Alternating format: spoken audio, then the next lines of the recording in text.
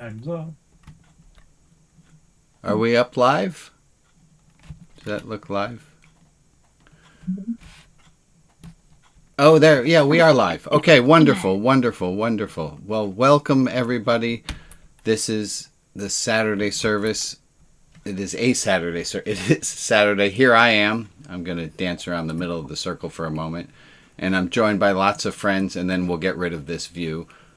Joined by lots of friends who are on the internet. I'm Rabbi Brian. This is the Saturday service. And the rules are... Oh, I don't think we have many rules. Never mind that. I want to start with just taking a moment. This winter solstice in North America, we just got through the longest night of the year. And I always feel a little bit better on December 21st than I did on December 19th because I know I'm gaining. It's a little bit of light every day, but just gaining a little bit of light. Hold on. You might hear some background noise. That's because this service has evolved and the people, the participants, we like the idea of being able to hear each other. And sometimes there's a little bit of background noise, and that's going to happen. But people are able to speak back. On Tuesday, I had an idea, and Jeff, I can't remember exactly what you said, but you disagreed with how I had said something. And then we realized that in a traditional service, the clergy person gives a sermon for 15, 20 minutes, and then the feedback might come and it's after 15 minutes. And in our case, if we have open microphones, people can say, no, I don't agree with that.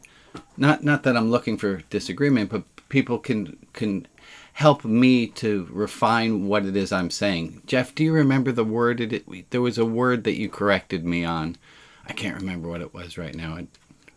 Sorry, Tuesday was like before solstice, so I just don't remember that. Thank you. And Al, I remember don't give feedback to the preacher. There's some feedback to it. I've never heard a preacher get feedback. Well, would you not send an email or a note later and say like Al corrected me on there was a second thing. Oh, Al, what the heck was? I can't remember the details of what it was. Oh, it was a quote that I had, and Al said, "I don't think that's true." It was a quote about that we shouldn't ever have zeal. Al corrected me instantly and said, "I think that's a bad goal. And there are times to have zeal." And so any which way, all I'm saying is it's lovely to see you all, and it's lovely to get feedback from you. That's what I was trying to say. Okay. I came up with, ta-da, big news, big announcement here. I realized I can sum up who the members of Religion Outside the Box are, and I can do it in about 3 words. That all of you who I've gotten to know share the following in common. That you are all brilliant and weird. Thank you. Not necessarily in that order. I liked the brilliant. That you're all brilliant. You're all brilliant and a little bit weird. Off. Right? And there's some... And that was the word. That was exactly what I said. That there's something wrong with each of you, and that was the word, Jeff, that you corrected me on. You said wrong was not the right word, and I'm thankful for it. So I'm glad that you're all weird and brilliant in your own being. I had a thought that I wrote down while I was doing stained glass work, and here's me. There's where I wrote it down, and I wrote this. I said, "Okay, I'm making a lamp. That's the form I'm building it in, the panels in, and maybe I'll just tell you what it says there. It says, okay. Hold on. Wait. Let me take that down. It goes like this. We've tried this society, we've tried living with capitalism. We've tried living in the world that we're living in. And it works. But it doesn't work for everyone. It doesn't work for a lot of people, the way that we have our society structured. And I have this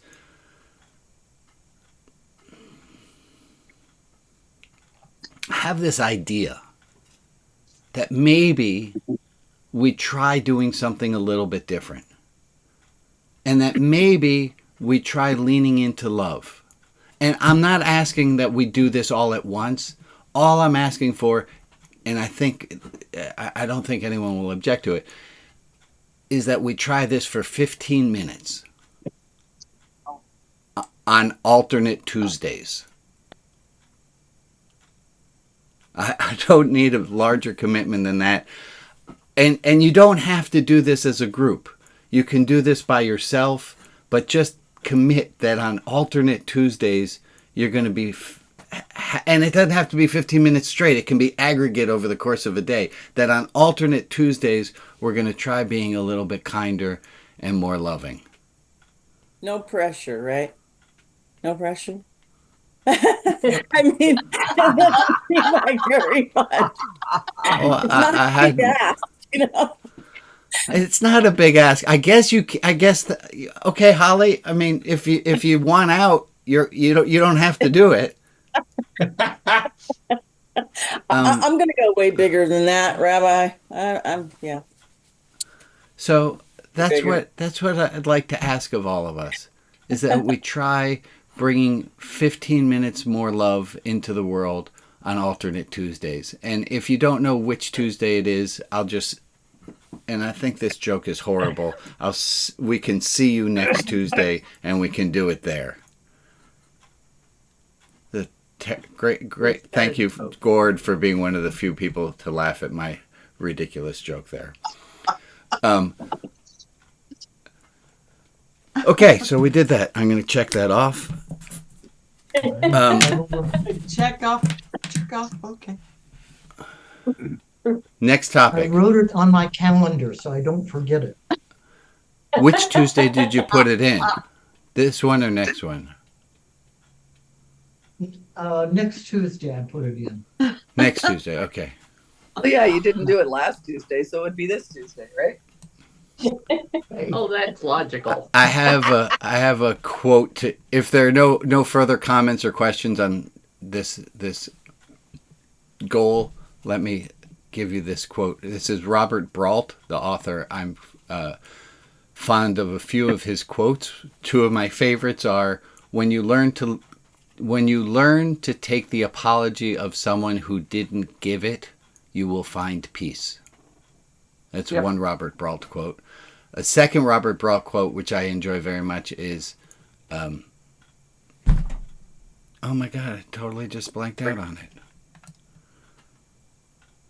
Welcome to the club. No, I don't think that's it. It will come to me. I'm going to just give it a moment to come to me. Bob, you have your hand up. What's going on, buddy?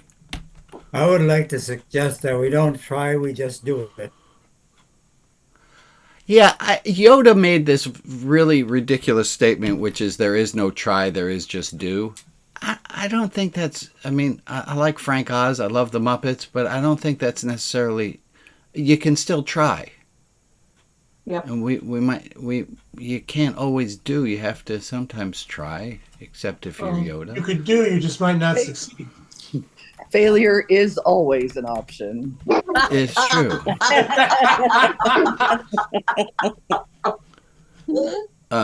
Give me 1 second. I apologize, Robert Brault. Oh, my favorite Robert Brault quote, the quote that got me to think of him in the first place, was, Yesterday I bent the truth to be kind, and I have no regrets, for I am far more certain as to what is kind than what is true. Amen. Amen. Yesterday I bent the truth to be kind, and I have no regrets, for I am far more certain as to what is kind than what is true.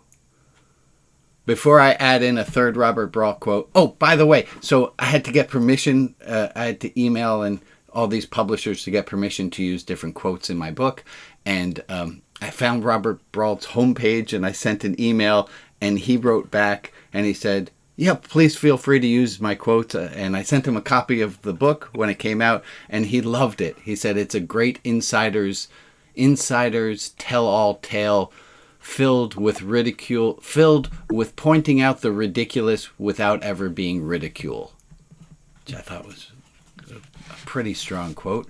And then I'll bring in, so before I get to that, any comments on yesterday I bent the truth and I have no regrets, for I am far more certain as to what is kind than what is true. And we have comments coming in from John and then Dan. Go ahead, John.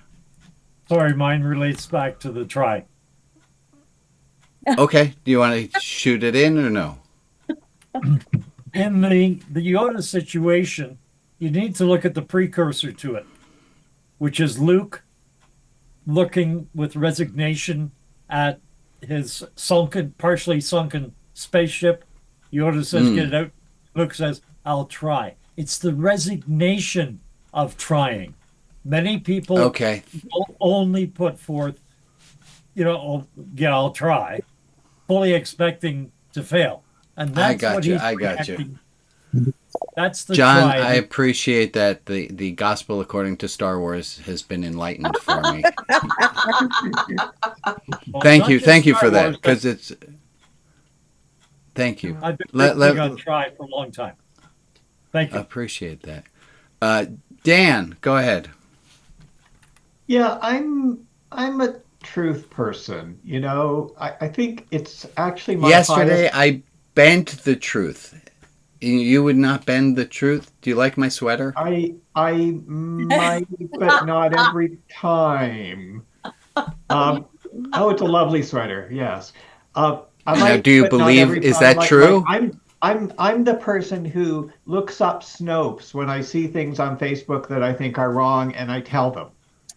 And Yeah. I'm with you. I'm completely with you. And the five love languages. In the 5 love languages, I'm pretty certain that there should be an additional 6th one that is honesty and integrity. To me, that is a way you show me love, is that if you are honest and you have integrity, that's a way of showing love. Nonetheless, I don't have a problem with bending the truth, bending it a little bit to be kind. I'm far more sure as to what is kind than I am what is true.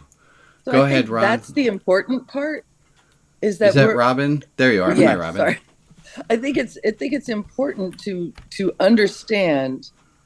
I have a problem with being more focused on what is true than anything else. And Yes. Because I don't know. I mean, I don't have the other person's perspective. I'm not in their life. So what I believe is true, and I want to make just true for everybody, is not necessarily true. So I have to rein that back in and go, okay, this is a more complicated situation, and they have a perspective that I'm not in.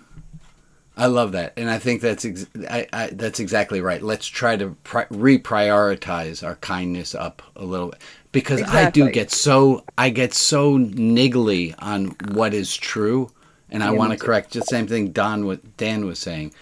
Go ahead, April. Thank you, Robin. April, you're on mute, my friend. I there know, you go. I was trying to get myself all ready here to speak. I love your laugh, by the way. So this is a little bit different. This is more like an anecdote of something that happened to me. Not that, you guys aren't sharing anecdotes.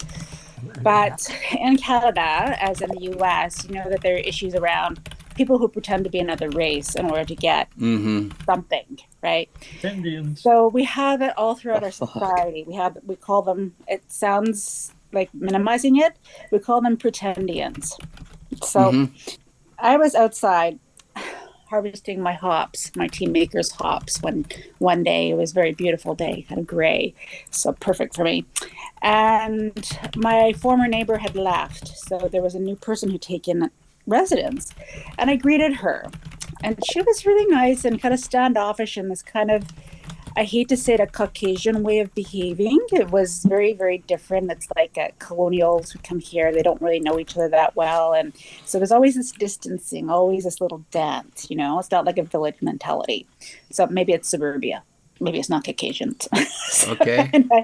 Okay. So I'm chatting with her, and she's very proud to have moved from the East Coast to Ottawa, which to some people is like you made it, but for me it's just like it's a nice place, you know. Anyway, she told me, "Oh, and my partner will soon arrive. He's Métis from the East Coast." And then I said to her, "I'm going to be kind to you about that. And I'm going to say, sure, he's Métis from the East Coast, but I will let you know that my relatives are the Métis who are part of the provisional government that was put down in the 1800s in Manitoba. And people were hanged, and there was Louis Riel around. I don't know if you how much you know about Canadian history, but like men were hanged in front of their children and their wives and their grandmothers, and you know all these sorts of things. And did you actually say that to her? You said, "I'm going to be kind"? I did say that I'm going to be kind. I love that. I love that. But I did say to her very, very clearly, I said, my relatives, their relatives died out there. And Right. I said, you know, like, I know there's question marks about what happened out in the East Coast because culturally it depended on where you were in the country, whether or not you're considered Okay. Métis. So I have Métis lineage, but I would never say, check the mark to get money from that because I respect what they did and what they died for too much. So Thank the you. next Thank time you, my April. husband, if you don't mind, next time my Go husband ahead. went out, he heard her basically introducing themselves as, this is my husband, he's Acadian. And so it switched from Oh, wow. Métis to Acadian because there's this whole thing where there's people who are hunting pretendians. And I wasn't going to go and refer their names to them because, you know, it can cause trouble. So I was going to be kind. And that's exactly the quote is you chose to be kind. And you even warned her that you were being kind. Thank you for telling us a story of being kind in action. Thank you, April. Go ahead, Meg, and then Holly. I'm never going to get to the quote I wanted to get to, which is all fine. I just need to give myself a second. Hey, guess what? It's a Saturday service, and it's not going as planned. Again, this is fantastic. Go ahead, Meg. Gee, what else is new, Brian? Those of us that are in the caregiving business call it a therapeutic lie. For instance, I happen to have some eye issues, and my husband doesn't know that. And that's the way it's going to stay. He doesn't need, my husband has Alzheimer's, he doesn't need that worry. So I'm telling a therapeutic lie. Thank you for sharing that with us, Meg. Thank you. Go ahead, Holly. I think, you know, bending the truth, it's not always necessarily bending the truth, but not editing the truth, but maybe being less direct, you know, than you feel you need to be. Right, and that's the quote is that it's more about being kind than it is about being true. Right.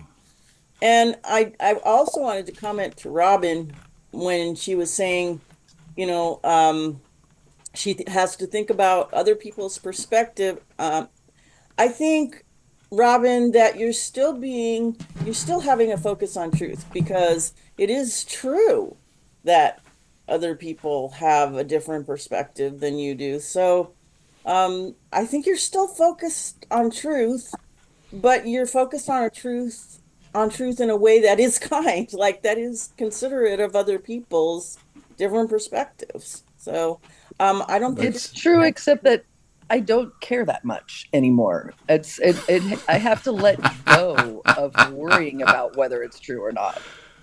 Right, I get right. And Robin, I think you guys, there was a thought that I had that came. Robin, I don't think you were around when I told some. Oh my gosh, I cannot get the words to work today.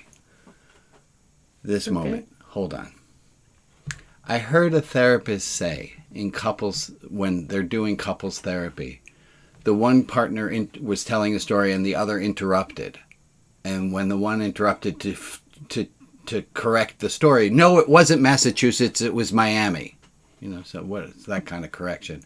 And the couples therapist explained, as so long as the other person is at least 70% right, let's ignore that.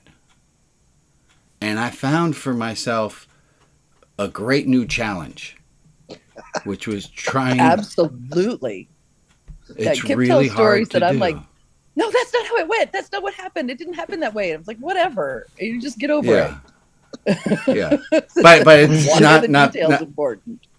And it's hard. We get really stuck up on this is the truth, and let's try for kind. At least every other Tuesday for 15 minutes. That's all we gotta have to do. Go ahead, Ron. I just want to say that, in the quest for spiritual enlightenment and all that, I don't believe it really matters what you believe or which God you claim to follow. The only thing that matters is, are you kind? Amen. Failure to be kind is... That's what we're getting at. That's this every other Tuesday idea is let's just push more kindness. Let's push more kindness. Less truth, more kindness. Well, I think I got a bumper sticker to make now. Rita, go ahead. Well, I think that the truth and kindness can be combined.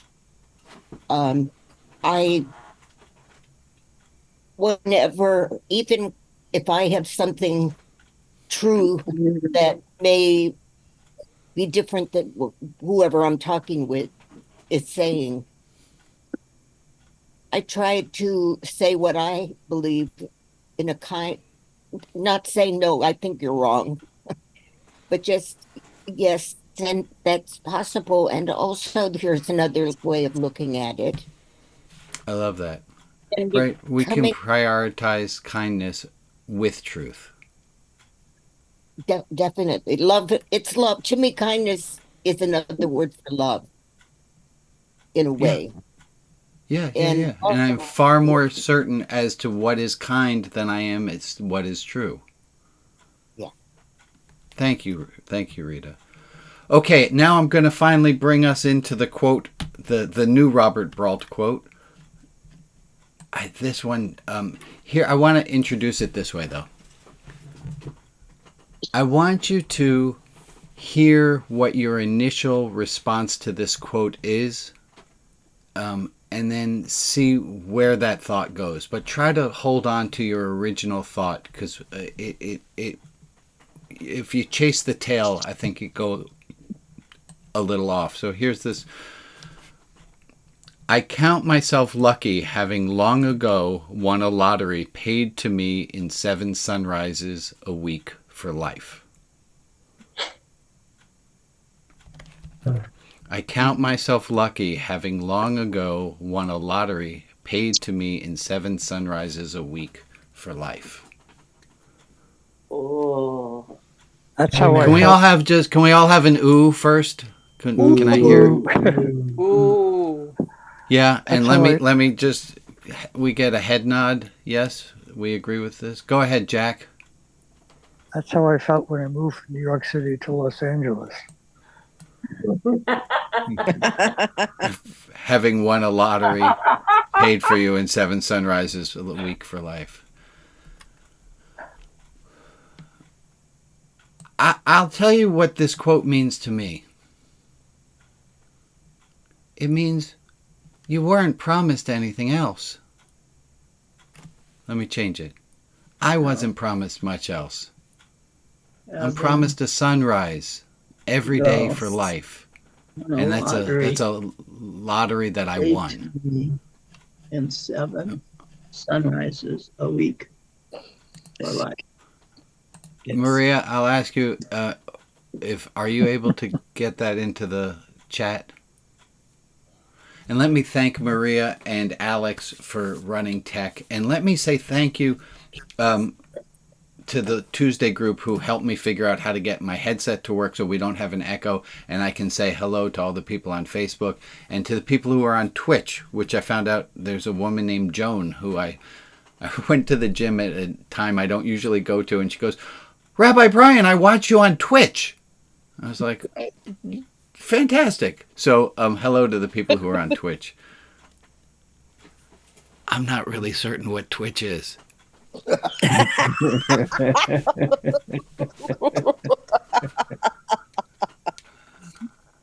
Any commentary on this Robert Brault quote?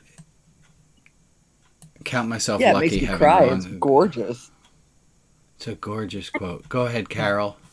Thank That's you, Robin. the basic prayer in morning service in Judaism. I give thanks to you, O God, who liveth and endureth, who hath graciously restored my soul unto me. So every day you are given the chance to be alive again. And that's it. That's what you were, that's all you were promised. That's all I was promised. More about tomorrow. But I also wanted to tell you. Hold on. And let me also thank my the co-hosts who are muting people as necessary. So thank you guys for doing that. Is that Joe trying to make a comment? You see, Twitch is another media, is another social media. So Twitch allows me to stream at rotb.org. So in order to be able to stream directly to my website, I had to install a Twitch. So I have Twitch. Okay. And I know Chad and Lisa for a while were on Twitch because they sent comments from both. Yeah, we're on Twitch. Sometimes we do DJing of like 80s music, and then sometimes Chad does a comedy act on Twitch. But it's mainly for video games. Okay. This is kind of like that. Like younger people. It's younger people. Any other commentary on this quote? I count myself lucky, having long ago won a lottery paid to me in 7 sunrises a week for life. Oh, there we go. I found the commentaries. Okay, let me. Hold on. I made a promise. I made a prediction. Go ahead, Holly, and then I'll go to my prediction. I was just going to comment on the 7 sunrises thing. Please do. Please do. And I know this might cause a little, not ruffled feathers, but reaction. But I have not a rule necessarily, but a practice maybe. I don't know what to call it, but okay. I pray to God in gratitude, because my feeling is I've already been given everything I need. So what more do I want? Like, isn't that being greedy if you ask for anything else? It's like I've already been given everything. Right. So you've been given life and a sunrise. That's this quote. I think Robin, you said it. It reprioritizes us. What are we expecting? Thank you, Holly, for putting words to it.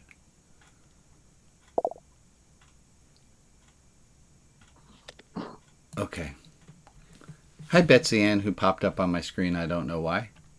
Do you want to say something, my friend? I could actually. Fantastic. The 7 sunrises. I was just writing something in the chat, but I'll just say it.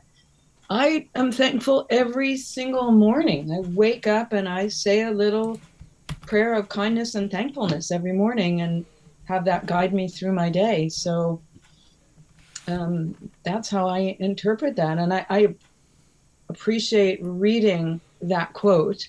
It's nice to hear how other people phrase it, to have us kind of think a little bit deeper and larger and more dimensional. So thank you. Thank you. I'm going to have us in a moment do a gratitude practice, but first I want to hear from Michael. I know people who suffer depression, and they would just scoff at that quote. They'd say that's a bunch of bullshit because they can't even. See the sun. Yeah. They can see the sun, they can see the sunrise, but they don't see it. It's not enough. Yeah. They don't see it. And brain chemistry is strong. Yeah. We need something in between being able to see it and appreciate it. I think that's when it's a state of arrival when you can appreciate that sunrise and think, yeah, everything else doesn't matter. I'm alive. Yeah, I had a client yesterday morning tell me that she wakes up every morning and says "fuck," and I thought, then you have to change your life because there is it is a beautiful thing to wake up every morning, and your life is not what you want it to be. So that's on you. Thank you, Robin. And it's hard. It's really hard to do. Yeah, when my brain chemistry is off, my brain chemistry is off. And me too. It's so let's do a little gratitude exercise. I just started one, and I'll give shout out to Al Brown, who I saw doing it, and I thought I want to be a little bit more like Al. And every morning, before I go on my phone for what I think will always be 5 minutes and winds up being at least 25 because, gosh, the phone's sticky. Before I touch my phone, I have a notebook next to my bed and I write a whole page of I am thankful for this because blank. I am thankful for this. I am grateful for that. And I've been doing this for about 2 weeks now. And I fill a page. It's not very legible. That's not the point. But it gets me to have, if at the end of the day I have 1 page more of gratitude than I would have if I didn't do it, it's a good day. So I'm going to ask us to do a gratitude exercise. We have not done this in a very long while. Open up your email program or your phone or however you want to interact. My favorite way is to go to messages and then scroll down to, all right, there I am on December 12th. I have the last time I wrote a message to my friend Melissa, and I'm just going to click on Melissa and say, hey, was thinking about you this morning. Hi. That's it. And I want you to just take a moment to reach out to someone, anyone, who you haven't been in touch with, just to start a little gratitude. I'm thinking about you. I'm thankful for you. Anything. And you know how good it feels when somebody's thinking about you. And it's this great thing of Melissa doesn't need to, she wouldn't know I was thinking about her unless I tell her. And then she's on the other end of it, and she's going to see a message from me, and she's going to think, oh, it's like when little kids play peekaboo and they realize that you still exist. It's that Melissa is going to see, oh my gosh, I'm in Brian's head even when I'm not in front of him. And it's just a little moment of love. So please send an email, send a text message to 1 or more people for a moment of gratitude.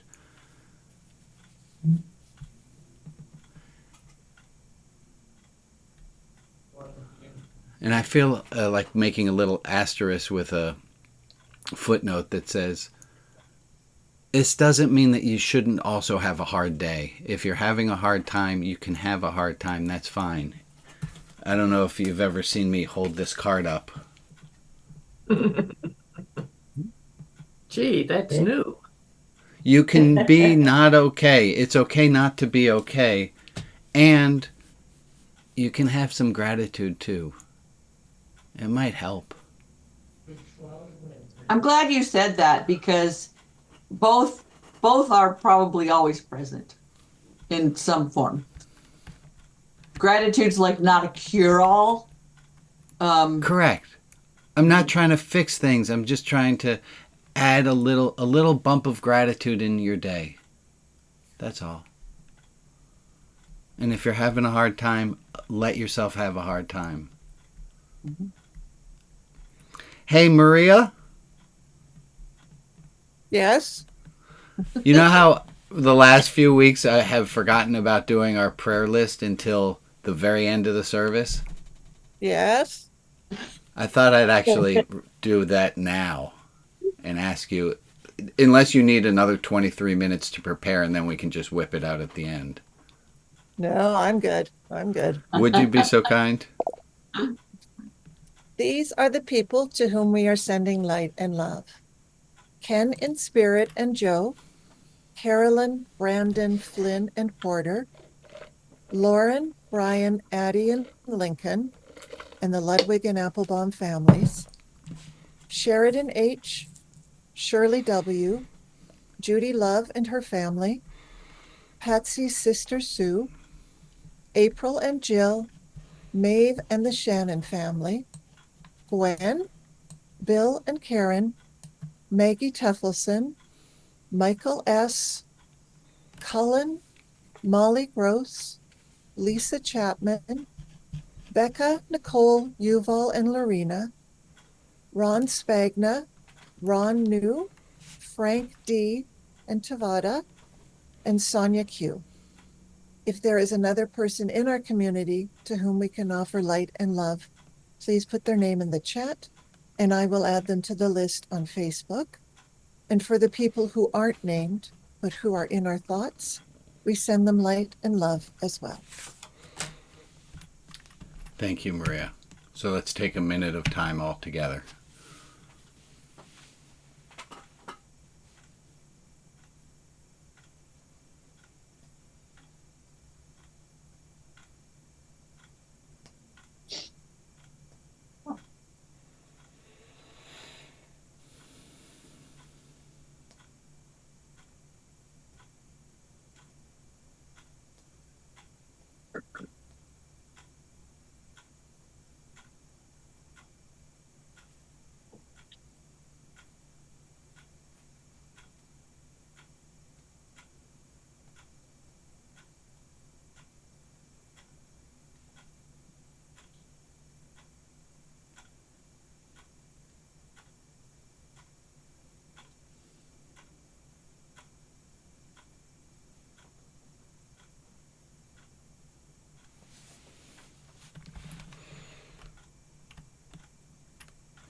Thank you all for that minute. I want to ask you to help me fill in the following sentence. It says, I don't know if I should say I can be, I think I'm going to do first person singular. I can be blank and also kind.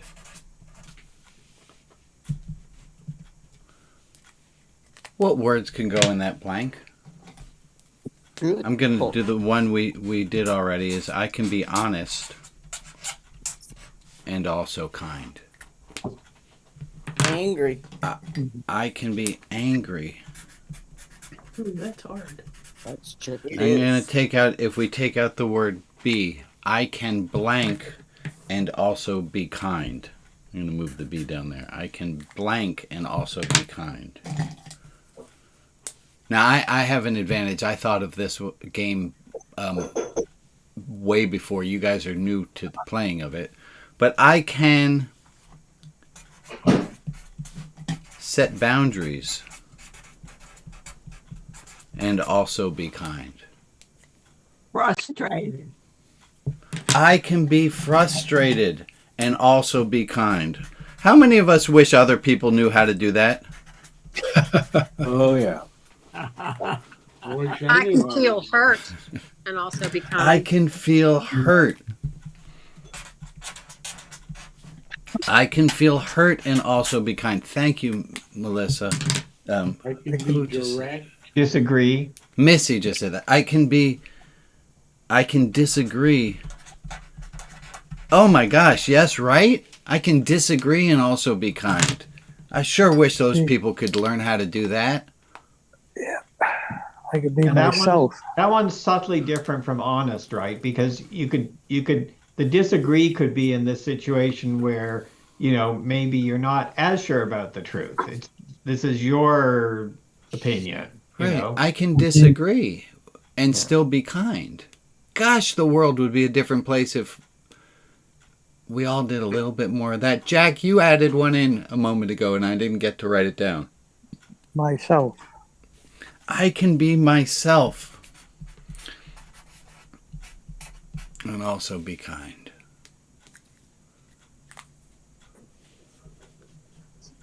I took this idea from this meme that somebody posted to me. And let's see, they have cute sea creatures on it, which makes it better. Let's see if any of these adds to ours. I can be selective about who I keep in my life and still be kind. Very. Boundaries. Boundaries. Okay, so we kind of got that one in. I can say no despite others' feelings. I can say no. That's also boundaries. I can set boundaries and still be kind. I can regret some of the choices you have made. What word would we put in for that? I can be disappointed. Disappointed, yeah. I was thinking disappointed.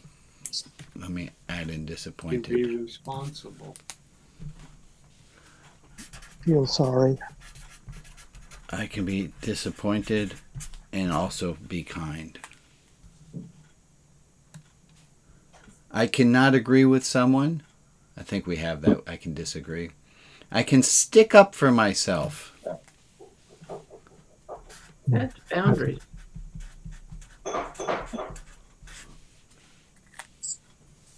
I can make mistakes. Did we have that one? Or say the wrong thing and still be kind. That's a new one. Okay. I can goof up.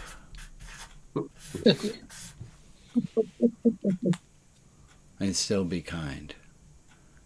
What's it say under the clam?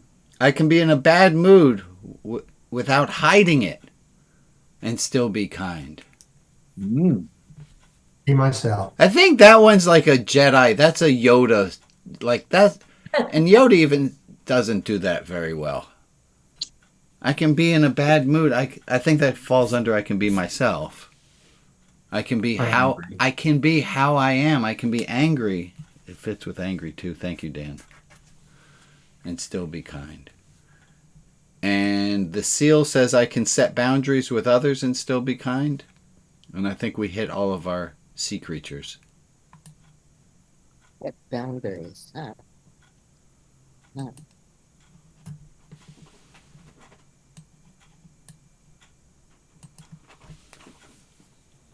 I can tell the truth. That was the Robert Brault quote. I can tell the truth and still be kind. Rabbi, I have a question. Yes, my friend, Ruth.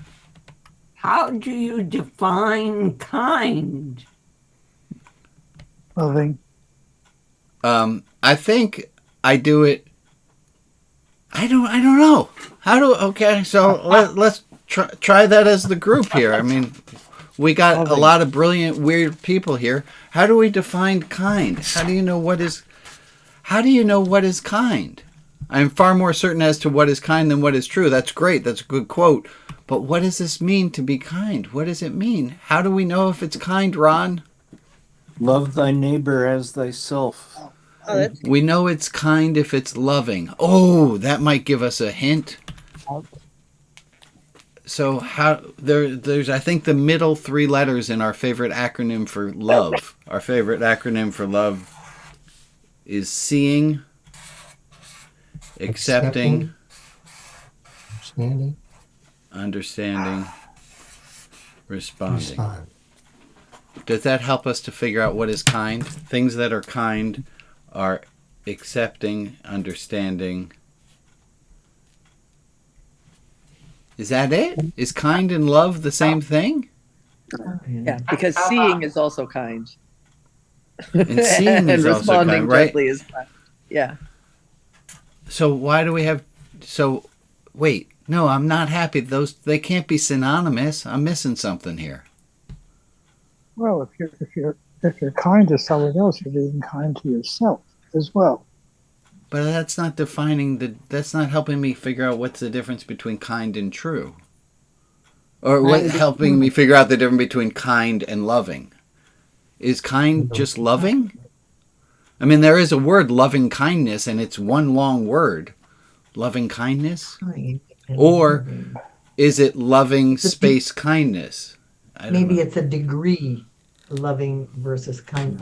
I am kind when I am trying to learn the community names, and I think I'm being kind by my efforts, and I do make an effort, and people smile when I remember their name. Mm-hmm. But that is the response part. That's the response. Say a little more, Anne. The way Emily described it is the actual action part of sour. Is action.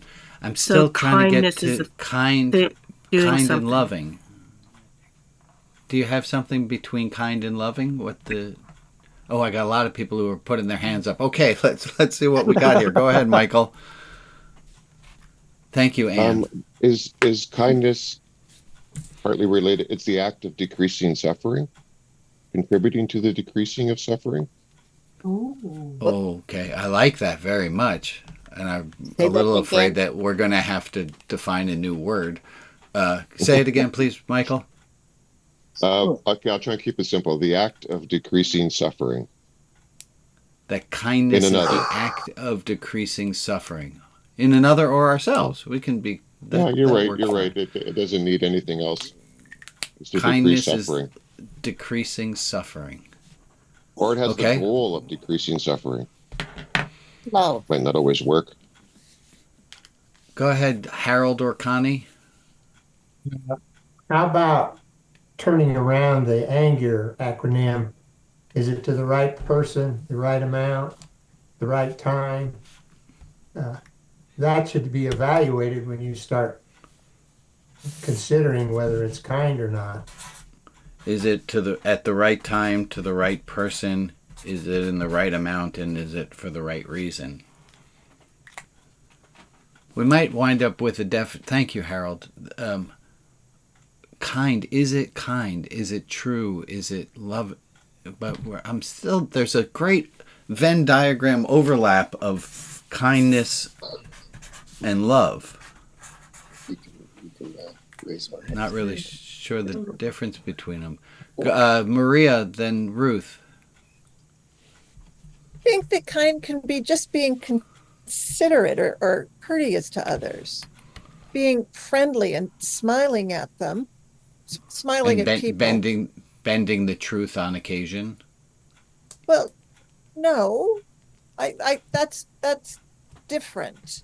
That's different because holding the door for someone. That's a kindness. That's a kindness. Amen. And we go to Michael's definition that it decreases somebody else's suffering. It makes somebody else's life easier, or we should hope. Go ahead, Ruth.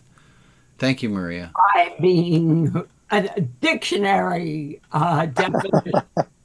Generous, helpful, I'm thinking about other people's feelings.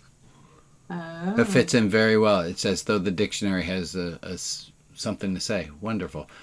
It goes to, I think it also brings us back to Michael's of decreasing suffering and adding to somebody else's joy. Robin or Kip? Oh, I missed Holly. I'll get to Holly in a second. Go ahead, Kip.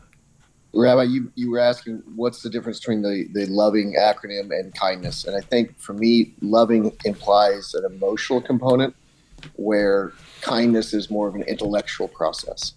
I'm going to be kind to somebody, even if at the moment I may not really like them. And I think a loving is a little more emotional than just kindness. Thank you. So on the loving side, sorry, you can't see what I'm drawing. On the loving side, we have this is a little bit more emotional, and this is lessening suffering.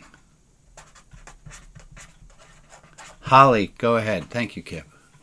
Yeah, I like what Michael added about lessening suffering, because what I was going to say is that you consider first the effect of what you're doing is having on another person. Is it adding to their suffering, like Michael was saying, or is it actually being helpful and lessening their suffering? Right. And I'm thinking of that thing that Robin was saying, just the automatic correction of someone else. Is that adding to their life or is it causing them suffering? It's causing... Ugh, that gets weird. Okay. Rita, and then Missy, and then Ellen, and Andy. Well, I said before, for me, kindness is love.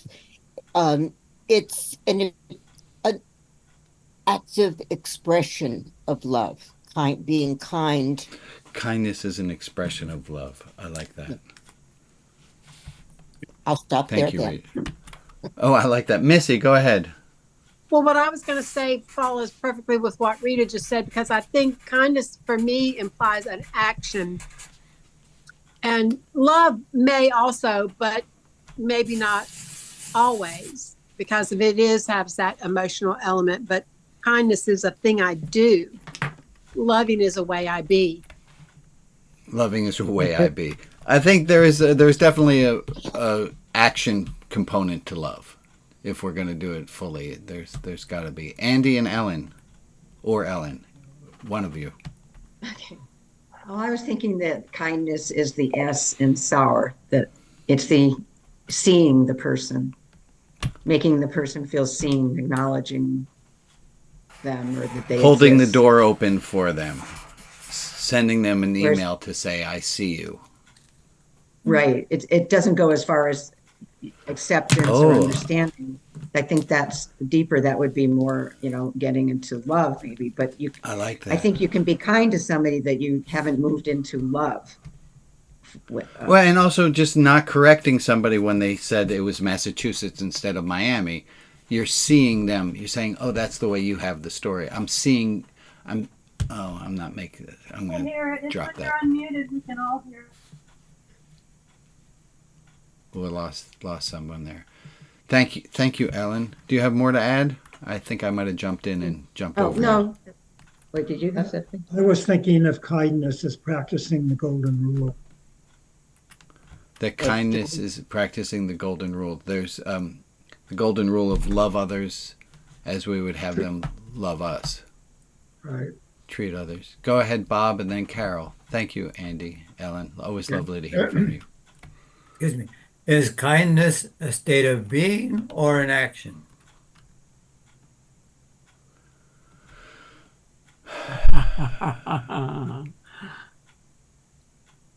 Yes. Both.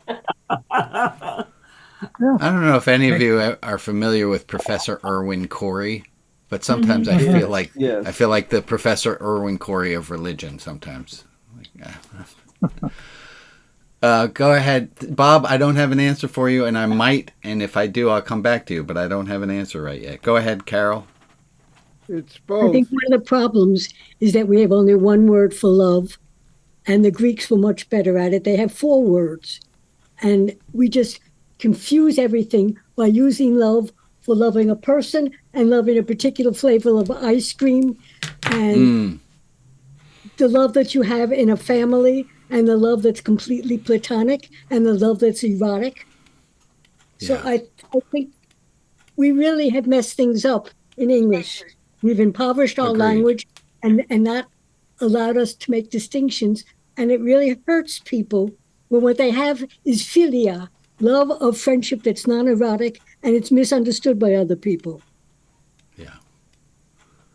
I remember going to college and finding out you had to be careful what color flowers you gave someone because this one meant this and this one meant that and this one meant I was romantically attracted to you and this one meant that... boy, language gets confusing. Crystal. Muted. On mute. Crystal, we can't hear you yet. Oh, sorry. I clicked it twice. That was weird. Okay. Kindness is like the practice of gratitude in some way. Say a little more, can you? Well, I kind of lost my thought. It's like, where did it go? It's okay. Oh, Crystal, that's how I feel all the time. Yeah, it's great. Right. Sometimes we're in our own world about like in our own sorrows, and it's hard to see good points in the day or moments in time. And so I think that when we force ourselves, sometimes it is a force of action to be kind to others when we are just so inward that you're also practicing gratitude. And how about, and also being kind to ourselves? Yes. Yeah. It sometimes takes a little bit of work. Okay, I'm going to wrap this part of the discussion off. I did say that I would talk a little bit about the God word, and I want to do that right now. In my book, there is a chapter that is entitled this, Notes for Discussing God with Friends, because ground rules are necessary. It was suggested in the planning group that maybe we just open up and have everyone talk for 30 seconds to define who God is to them. I can't do that in 30 seconds. I don't think that's not going to work for everyone to slice the pie and give everyone an equal amount of time. It's not going to do what we want to do.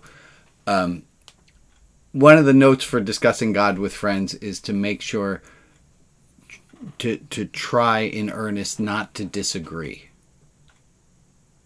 And it's a hard thing to do, not to disagree. Also, when people talk about God,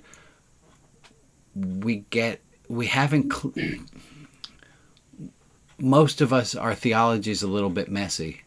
And so when you listen to someone else, listen for the high level of what they're talking about, not the small details.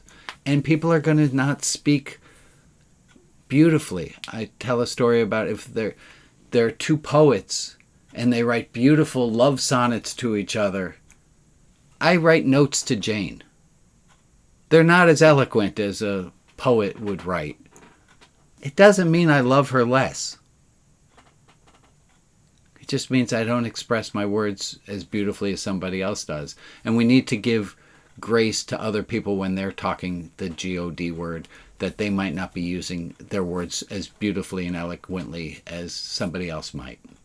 And just because somebody speaks beautifully and eloquently about God, that doesn't mean that they're correct. So we're going to have a new breakout room after the service. So if you're on Facebook or Twitch and you're watching elsewhere, you cannot participate. But those of you who stick around for the second hour, we're just calling it GG, which is the God group. I don't know if it was God's group or God group, but there's a new breakout room that you're welcome to join.